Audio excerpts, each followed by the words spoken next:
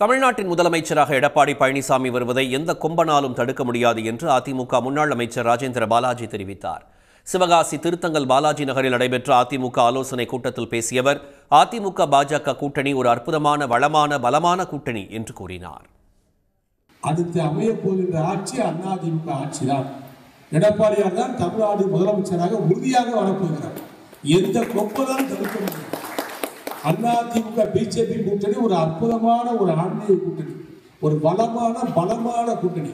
இந்த கூட்டணி தான் வெல்லும் கூட்டணி. வெற்றி என்ற மணிமகுடத்தை எடப்பாடியாருக்கு வழங்கி இருக்கிறார்கள்.